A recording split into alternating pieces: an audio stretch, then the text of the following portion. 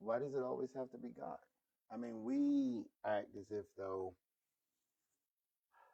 all good, all bad, or everything is from God. The question that I would say is, when do we look at the adversary or look at evil intent?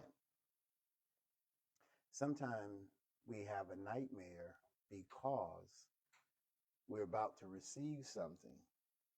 And so the adversary wants to set us back. So the reason I ask the question is, who do we give more credence to?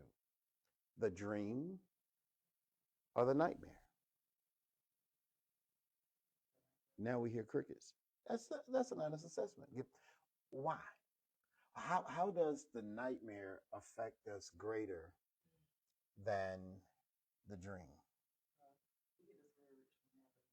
We get discouraged. But the thing of it is, we hadn't qualified why we're having the nightmare. So we immediately have a reaction rather than a response. Because if we are frightened, and what I call our spiritual sight, then we'll be frightened in our natural sight. So then if we can't see through our natural eyes, then we can't guide ourselves through the process. So that's why I asked the question, which has more influence on us, the nightmare or the dreams? Because we'll say, oh, God is warning us or something. But have you ever thought that, and someone said, well, why is this in my head? Where do you think the enemy or the adversary is going to build their tools to offset you from your purpose, destination, and your dreams and your mind? The first thing that's attacked is your mind, and then it's your mind that poisons your spirit. And out of that comes fear. So which one has the most influence, the nightmares or the dreams? We want to welcome everyone in. I was looking at something that I had said some time ago, the new me. And I was asking myself, well, where did I get that from? But it goes back to the scripture, Psalms 51, stanza 10, and it talks about a new heart and a new spirit. And anytime that you or I or a person is looking at trying to shift and change his life. Now, most people, not everybody, is getting ready for Easter and Resurrection Sunday on some level, either to go celebrate with family and friends or either to go to a place of worship.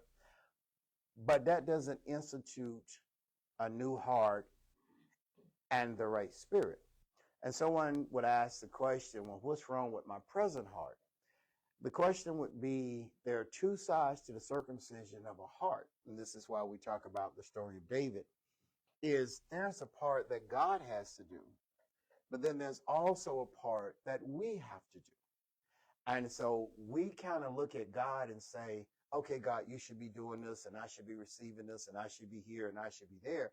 And God is saying, but you're not doing your part because you're doing you. So the question, the topic we're going to talk about today, nightmares to dreams. And so I wanted to know how much our nightmares weigh over our dreams, because nightmares can freeze us. And so when we look at the story of David, we look at the story of David, how David gave God two things, permission and authority. Because why permission? Because God will not force you. He will not make you. God will not change your mind. This is what that you have to change your mind. You are the one responsible for finding information to change your mindset and then support the mindset that you're trying to develop. It's simple. You can be good at something, but it is schools and colleges that teaches you the process and how to use different formulas and the chemicals that it takes up to either make it or take it into decomposition. So we have choices. When we have nightmares, takes away choices because we don't understand who's sending the nightmare. So then the first thing we do is we get afraid. So David gave God permission and authority. The authority is when I don't agree with God, I want him to have the final say. How many of us, when it came to that moment took the authority away from God to do us because out of a reaction. And so then the first person, and the reason I asked that question earlier, the first person we get angry with is God. Like, well, why did you let this happen? And so God would say to us, why wouldn't it happen? You were not paying attention to me or to your future. You were paying attention to an object. You were paying attention to a person. You were paying attention to a thing. So you walked away and cut the power of the relationship off. But now you want to blame me because I didn't warn you. You can't know how the game ends if you don't stay attentive and have the resources to stay connected to the game. Does that make sense? So now we set ourselves back, get off the road. We set ourselves back, sometime decades, because of our decisions. And then yet we blame God because I'm not where you are. Well, they stayed on the track. I got off the track and did me. I had a reaction rather than an intellectual response to my situation. So this is what David is saying to us in Psalms 51 stanza 10, is that I have to give God permission, which means we come into an agreement. And now that I have an agreement, I know me. I will do me. I will let my mind and the adversary talk me out of what I need to do. You need to go and pick up that. You need to go and purchase that. We have smartphones, but it takes smart people to use smartphones. Because I try to keep everything in my head, and then as soon as something comes up that's a distraction, now I don't have a reminder. It's not in my calendar. How many people have forgotten to pick up their child? Forgot an uncle. Someone said they forgot an uncle. Because things happen. This is why, if you go back and you study the historical perspective, this is why Habakkuk said, write the vision, place it upon stones, put it somewhere. Your smartphone is your new stone. You will lose your keys before you lose your phone. Your phone is individualized. You don't want nobody to see your phone. You got screens. People can walk up. They cannot see. You got to look at certain privacy stream. So the question becomes, and we were having a conversation earlier, and I'll say to you, your purpose has to be bigger than you. You don't do it because, see, most people are still doing with what they feel and how they feel and you know what they think, and what happened last night has a lot to do with what goes on today, and how I woke up today has a lot to do with how I'm going to respond to the day. That's not your purpose. Your purpose is to get up and perform at a high level. Nightmares to dreams. You cannot build your dreams in our emotions and our feelings. We cannot build our dreams based on the weather. Well, it's going to be cloudy today. I don't think I'm going to do nothing. I think I'm just going to stay in the bed. You have 19 things you need to do before 12.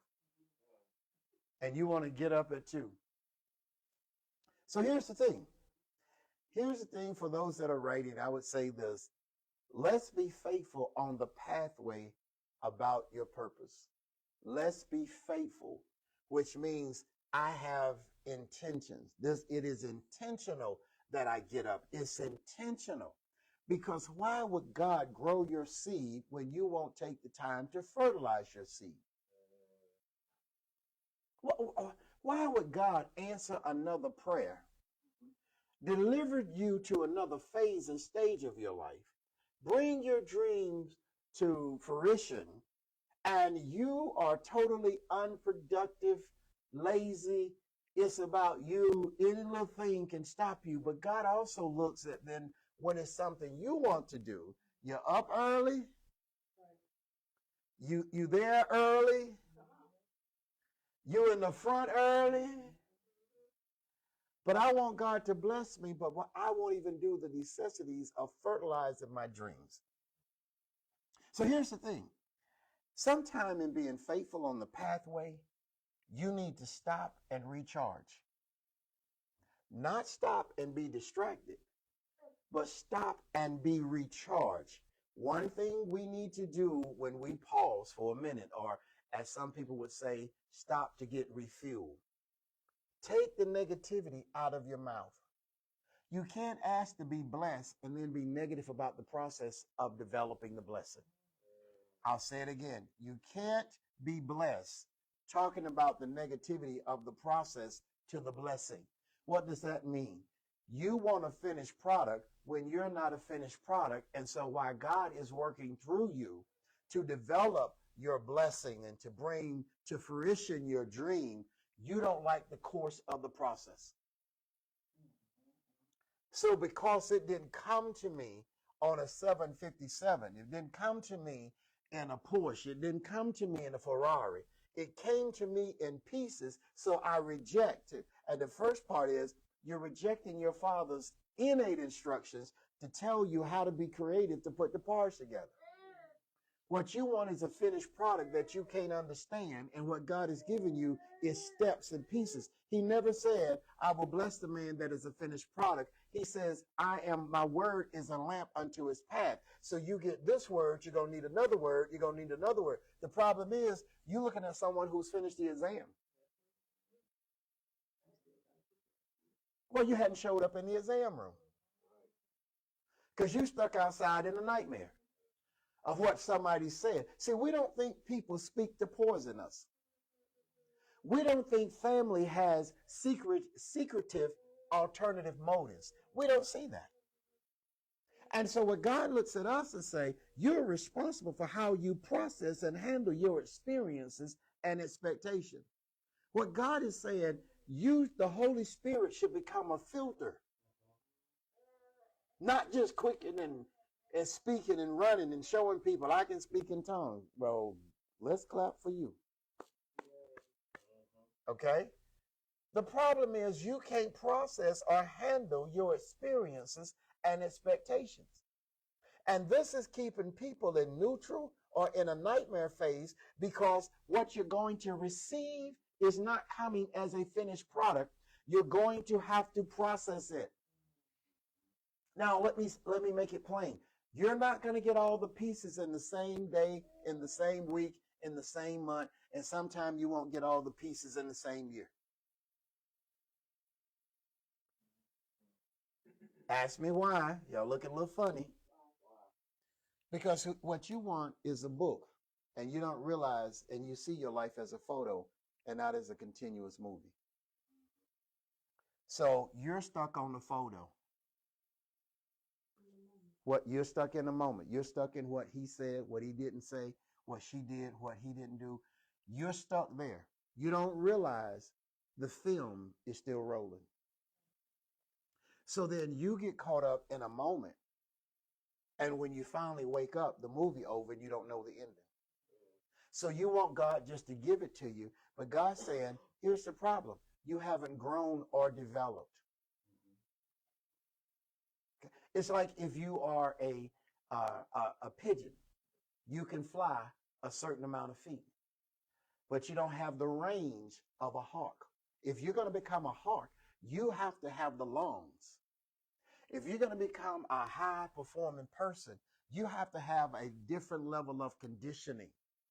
To handle what you're praying for, you have to have a higher level of spirituality, so then you don't get consumed with yourself, but you stay on track with your intent, your purpose, and your destiny. It is so easy to get caught up into oneself. So then here's the thing. The other part is, why do you want a finished product when you're not a finished product? And this is what causes people to give up so easily. Now, here's something here I'm going to share with you. Nightmares to dreams. How many people have told you in your life that you are the writer of your story? But why do other people have greater influence on you than God? How can other people just get you off track? You give up God and expect to be blessed. You walk away from him And now we have technology, and that's good. But I just want to ask you a question. What you gonna tell God when you couldn't come to church to an in-person service, but you want to stay in heaven for eternity?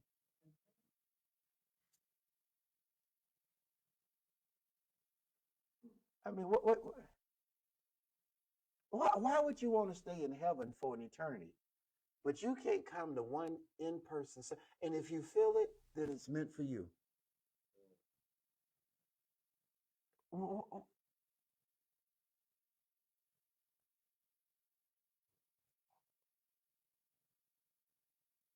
It's like missing your own birthday party. God says, you want me to do more for you? And even though I do have the technology where you can watch and you can do, because things do come up and sometimes you are tired, but you have now made it a lifestyle. You want eternal blessings. You want earthly blessings. You want 24-hour coverage. And so what have you given God?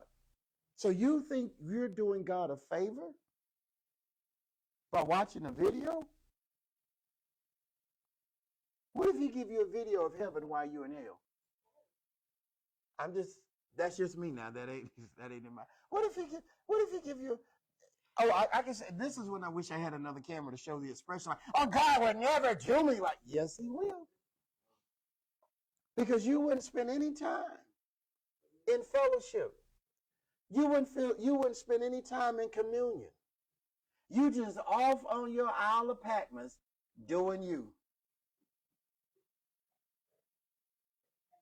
That's what they sent. I think it was John. I think that John the Baptist. They sent John the Baptist to the Isle of Patmos. So you want to be on your little island, but you want to be in line to go to heaven. I'm just saying. I mean, come on, come on. Here's the thing I would say. You've got to understand that your enemy and your enemies will continue to throw roadblocks.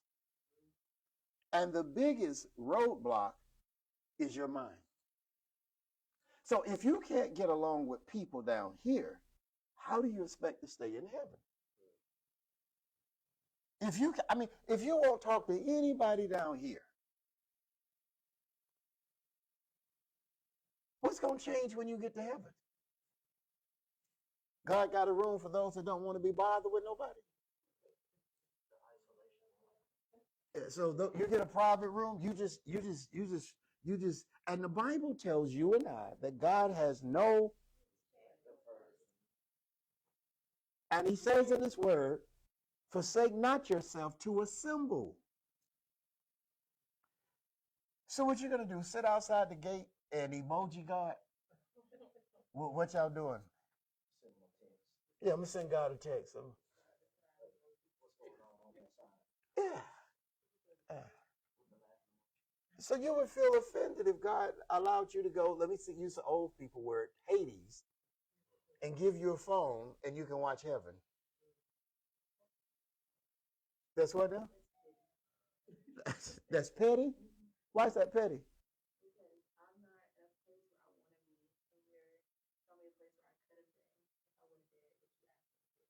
So it goes back to commitment to the relationship. See, you don't mind taking a blessing, but you get emotional. You get emotional when God brings accountability to the blessing. You don't mind God blessing grandma and grandpa, and you don't mind God overlooking your faults. You have a problem when God holds you accountable to your purpose. And so when he holds you accountable to your purpose, now we feel like God has offended us. So we get mad. But I want to know, when do you get mad and walk away from the devil? Because when we were coming, yeah, we're familiar with it. So when we were talking about which has a greater influence, the first thing we talk about is, oh, well, God's trying to tell me something. How is it always God? Why can't the enemy be playing tricks in your mind? Because that's the trick of the enemy. When people can tell you you're wrong and you have no space on earth and they should rule over you, when the Bible says God has no respect of person and he made all nations out of one blood, but you let somebody try to categorize you. And what people don't understand is that you're categorizing yourself, and somehow your mind is telling you that you're in a good place with God. And I'm here to tell you the truth. No, you're not. You got enough to answer for that you don't know. Why do stuff that you know that's not right, and then expect to get by, but you want God to bless you and put out all these texts and talk about you God's child. We all God's children, but some of us, let me say it real plain, not gonna stay in heaven. You're gonna get the visit.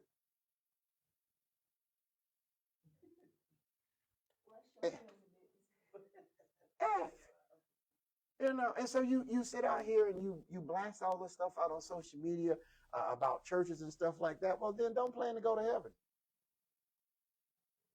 Because what you're looking for is an excuse to do you. So if you mess up, that gives me an excuse, and I want to down the church and say all these negative things and always looking at the man or the woman of God, and they ain't this and they ain't that. And what are you? What light are you shining outside of me, myself, and I? Because if you play with God, he will tear the skin off your nose.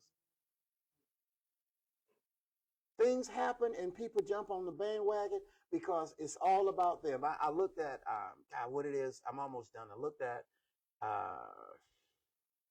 American Idol, and I never knew there was so many voice coaches or pretending to be voice coaches when this young man did a very good job and somebody else. Now everybody want to critique. How can you critique when you can't sing?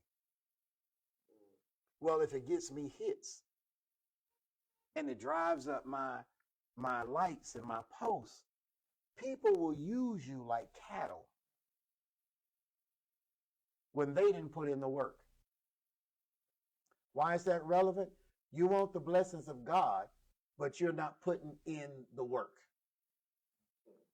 You want to graduate with a certificate, a degree. You want to be at a different level, but you don't want to put the time in. You don't like the process. And here's what I wrote. You've got to work it until the end. It's not over until you graduate. And then when you graduate, now you got to go out and get experience. But you want top pay when you're not even entry level.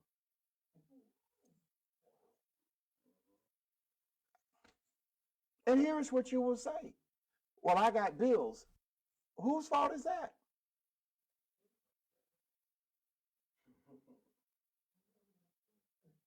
So here's what we have to do. Here's what it boils down to. We all have to do some in-house cleaning before Resurrection Sunday. Resurrection Sunday is more than just wearing new clothes, and some people hadn't been to church all year, and some people are going to go back to their home church, but they complain how bad their home church hurt them or didn't meet their need. Why do you keep going back to what can't build you forward? Why do you keep going back to what can't build you forward? You want something new, but you keep doing something old. And the Bible tells you can't take new wine and put in old wine skin. So you go back to who you was, and you go back to your comfort zone, and you go back to your familiarity. Let me make it very plain. You're going back to show people that you think you something, but yet and still you can't live nothing. You're still stuck. So you want to go and impress people. Oh, I'm pulling up in my Benz, and I have my whole family and my kids, and we've got an SUV, and we're this, and we live in a neighborhood. And, I want to go back and show. And what you're trying to say is you want to go show the little people what you have. So you have material things, but you don't have spiritual things. And you have no spiritual insight, so it means you have no spiritual future. See, I try to talk to you on a reasonable basis, but I ain't the one to play with, because I will pull the skin off your nose with the Bible. Okay? I am not your friend. I am not here for likes and posts. I am here to tell you the truth so you can align yourself with God, so when you get to heaven, you don't wind up at the back door going to hell.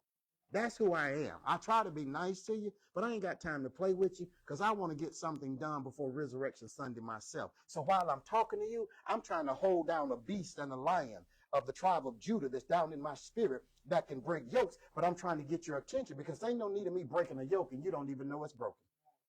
Bye.